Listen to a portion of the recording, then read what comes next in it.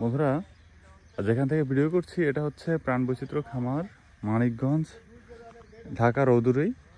আপনারা যখন দেখছেন তখন কত তারিখ সেটা তো বলতে পারবো না, কিন্তু যখন ভিডিওটি রেকর্ড করছি তখন হচ্ছে 5ই নভেম্বর।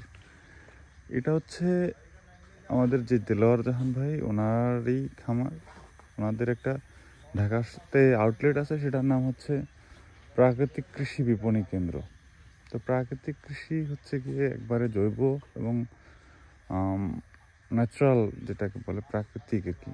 এখানে জৈব আর ন্যাচারাল একটু ডিফারেন্ট আছে, মানে অর্গানিক আর ন্যাচারাল। এখানে অর্গানিকের থেকেও আরও অ্যাডভান্সড আর কি, যে প্রকৃতি যেরকম ছিল সেরকমই আর কি, সেটাকে বলা হচ্ছে প্রাকৃতিক। আর জৈব মানে হচ্ছে, সেটা আবার অন্য টার্ম আসে, তো সেটা অন্য সময় একসময় বলবো, এটা বিশদ আলোচনা আছে।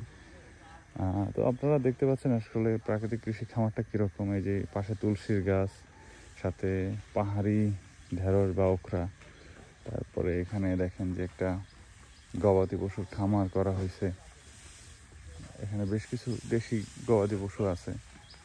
তারপরে এই সেটটায় হচ্ছে গিয়ে আপনার এক সাইডে ছাগল এবং এক সাইডে ভেড়া। এটা আমাদের মাংসের চাহিদা মেটানোর জন্য ছাগল এবং ভেড়া।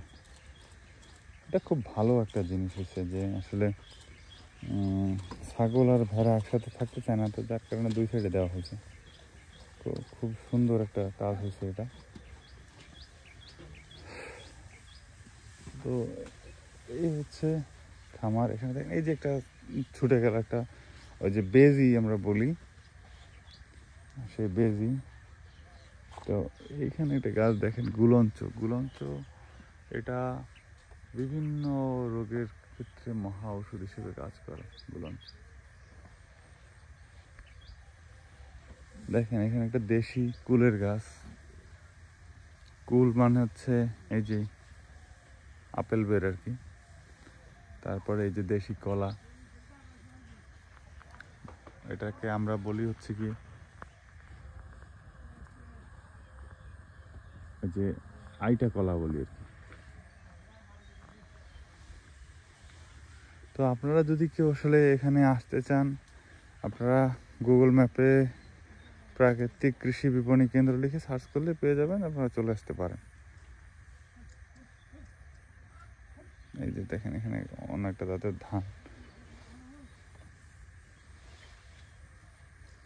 এখানে কিন্তু আপনাদের আর কি যদি থাকতে চান বা কেউ প্রশিক্ষণ নিতে চান, সেটাও আপনারা করতে পারেন। যদি কেউ এখান থেকে মনে করেন যে শিখে আপনি একটা নতুন করে করবেন, আপনার দেলোয়ার ভাই কিন্তু সে সহযোগিতা করে।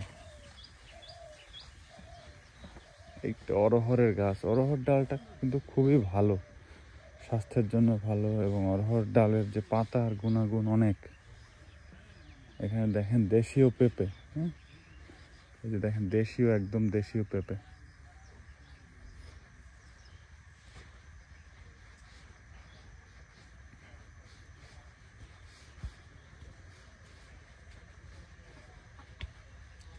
এই যে এই দেখেন যে ঢোকার পথে উপরে আলুর গাছ, আলুতে ফল হয়েছে। এই যে আলুর, মেটে আলুর বীজ আর কি, একটা চাল কুমড়া।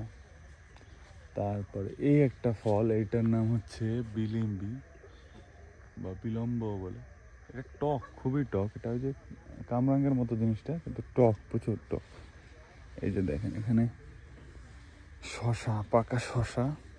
এটা হচ্ছে বীজ আর কি, বীজের জন্য।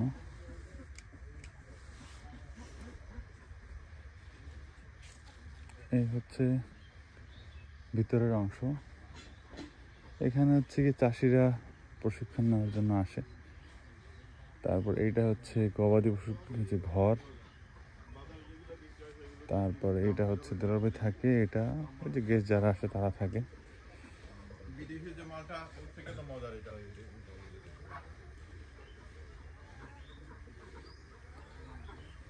তারপরে হাঁস মুরগি সবই আছে এখানে।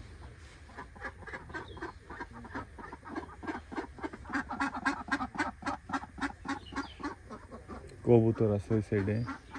এই যে এখানে কিন্তু কোনো বিদ্যুৎ নাই, সব হচ্ছে কি সোলার প্যানেল দিয়ে করা, মানে সৌর বিদ্যুৎ, নবায়নযোগ্য বিদ্যুৎ। এখানে দেখেন বিভিন্ন চারা দেওয়া হয়েছে।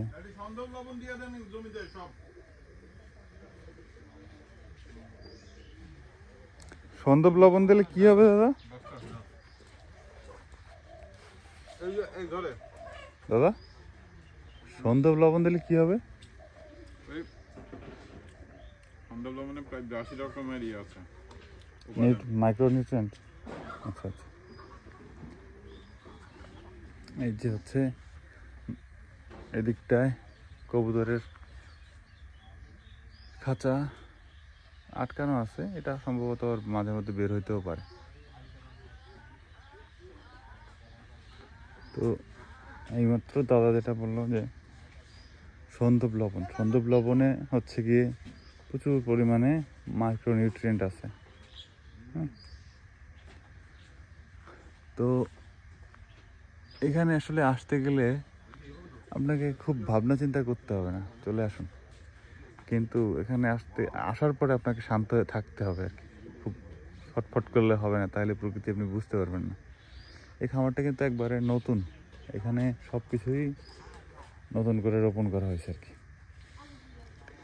তো ভিডিওটি আর বড় করলাম না, যে যেখান থেকে দেখলেন ভালো থাকবেন, সুস্থ থাকবেন, অবশ্যই সবুজের সাথে থাকবেন, এবং আমার চ্যানেলটাকে, আমার পেজটাকে ফলো করে দিবেন, কমেন্ট করে জানাবেন, শেয়ার করবেন আপনার ওয়ালে, আর যদি পারেন স্টার সেন্ড করবেন। ধন্যবাদ।